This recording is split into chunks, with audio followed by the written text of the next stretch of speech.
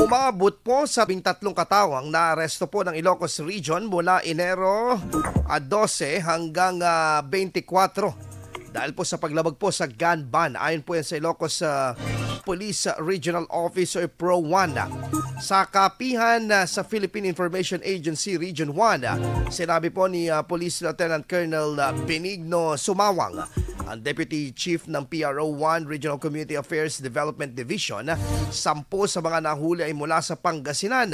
Marami-rami po ito. 2 mula po sa La Union at 1 naman mula sa Ilocos Sur, na karamihan ay nahuli sa mga inilatag na checkpoint. Ang mga nahuling individual ay naharap ngayon sa kasong paglabag sa Republic Act No. 10591 o ang Comprehensive Firearms and Ammunition Regulation Act. Kaugnay po ng Commission on Elections Resolution No. 10728 sa gun ban na ipinatutupad ngayong election period hanggang sa darating na ika-11 ng Hulyo. Samantala, nasa 74 na po na baril ang naisuko na sa impila ng pulisya sa rehiyon para sa safekeeping sa ilalim po ng Oplan Katok. IFM News. IFM News. IFM News.